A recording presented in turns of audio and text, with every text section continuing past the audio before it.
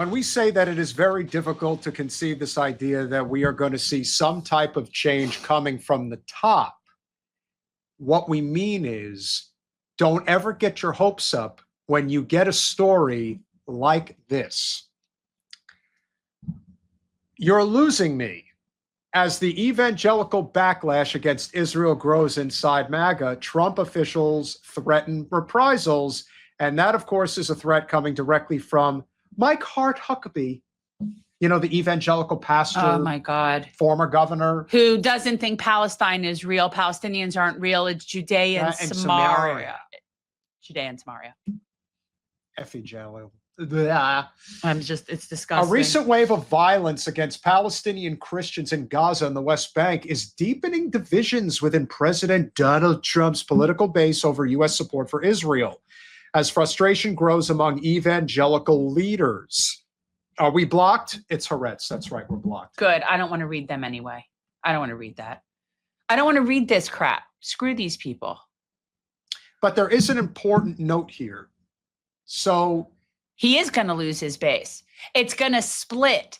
You're going to get a split between the secular people and the evangelicals and the secular / more libertarian type people versus the neocon evangelical people. And I think that, honestly, I've said it before, that's a good thing. Any split in any of these duopoly parties that have this hold on any sort of insurgency in the ranks is good. Ambassador Huckabee says, I have asked Israel to aggressively investigate the murder of Saif Musallet, an American citizen who was visiting family in Sanjil when he was beaten to death. There must be accountability for this criminal and terrorist act. Saif was just 20 years old. Hey, I'd say that was a great message from I Heart Huckabee. It's a little bit generic. Sure. Considering that he's leaving out important things that we already know to be true. Colin, scroll down just so that people can get an idea of what the commentary was like. I hope they shredded him a new asshole. This is what Americans want, but we don't want lip service. Get justice. He was an American from Florida. The Israeli settlers beat him to death and blocked medics from reaching him. Right, exactly. Those who murdered him must be held accountable. So as other settlers that murdered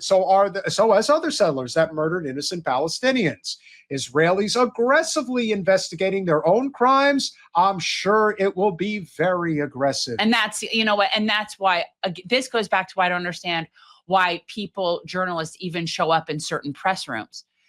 Why do you think anybody is going to tell you the truth?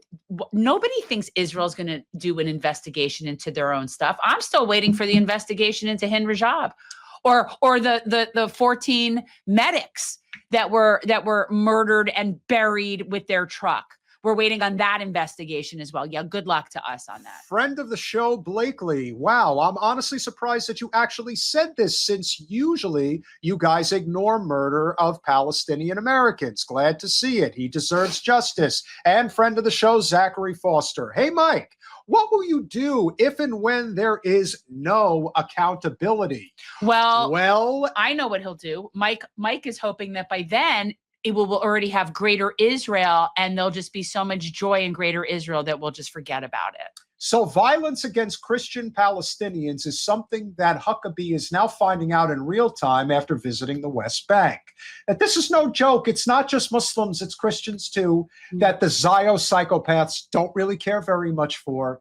Just like everything on the state side with Christian Zionists, John Hagee, Kenneth Copeland, Joel Osteen. Oh, they care so much about Jews. Oh, yeah. Just like the Zionist Israeli Jews really care about Christians as well. No, they don't even understand anything about this. But they did just bomb the last Catholic church. That is true. So you know, that's not really. So that's not going over very well. Right, Mr. Huckabee, that's not really a testament to, like, you know, Christian love. But if you thought that Huckabee was going to give an even more pressing response in lieu of what's happened in the last 24 hours, well, here's what he had to say.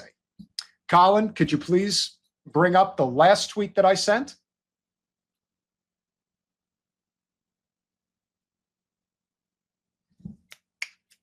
Okay. Brace yourselves. After meeting with the Minister of the Interior and with the help of Israeli Prime Minister Netanyahu, this is in the last 24 hours, mind you, after he just put those two posts out, I'm happy to report that the issue concerning visas for American evangelical organizations has been fully resolved. Starting in January, a change in the manner in which visas for Christian organizations has been processed for decades led to serious challenges bureaucratically and financially for the groups. Upon arriving in Israel as ambassador, I learned that the changes in the process were creating delays, costs, and significant burdens with paperwork. After a meeting with the Minister of Interior, we thought the problem was settled, but the organizations continued to have issues. I informed the Prime Minister's office of the problem and pointed out how detrimental it was to the relationship of the State of Israel with the American evangelical community. The Christian organizations did not at any time ask for different or special treatment, but merely a return to what it has been, an efficient and satisfactory process for many years. God, it sounds like the immigration process in the States. You're reading it too happy-go-lucky. Attorney Caleb Myers, an Israeli attorney who represents some 150 Christian groups in Israel, was instrumental in outlining the request, and the Prime Minister's office was supportive and involved in the resolution, along with the Minister of the Interior. I am delighted to report that the issue has been resolved to everyone's satisfaction. You mean the bureaucrats' satisfaction. And the strong support that Israel enjoys from American evangelicals will continue, stated U.S. Ambassador Mike Huckabee. I'm convinced the Interior Minister was not fully aware of the change being imposed, and I'm grateful he has personally intervened to completely restore the long-standing process. It seems to me two things here. One, they don't actually care about Saif and what happened to him. They don't actually care about Palestinian Christians. What they do care about is evangelical Christian Americans who want to have their dual relationship between the U.S. and Israel, and Mike Huckabee, who only needed to twist the arm ever so slightly of the State of Israel to say, well, we're going to have a little bit of a problem here if you don't actually go along with what we want you to do. So how about fixing that little problem? You fixed it? Great. That guy's safe? Oh, who was he? But do you News. understand why that all is, right? I don't know, Jen. Tell me why. Well, I'm going to go with it's a white thing. Maybe I'm going to go with it's a white thing. So, because again, if these are Christians that claim that there is a religious component to their need to ethnically cleanse Palestine of the people that are from there, but yet they don't seem to care about the Christian people that are from there. Okay. And there's Christian people, Christians, Catholic, whatever that you want to say in that area, lots of whole different people. And they don't care about them, but they're also Christians. So why is it? Is it that they're not white? Is it that they're, I don't know, from the Levant region and Western Asian, maybe? Because it can't be a religious thing if they're Catholic and Christian. And in fact, the Christians that are the Palestinian Christians, those are the original Christians.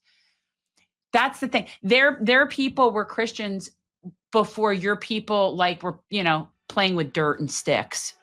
That's how I feel about the evangelicals.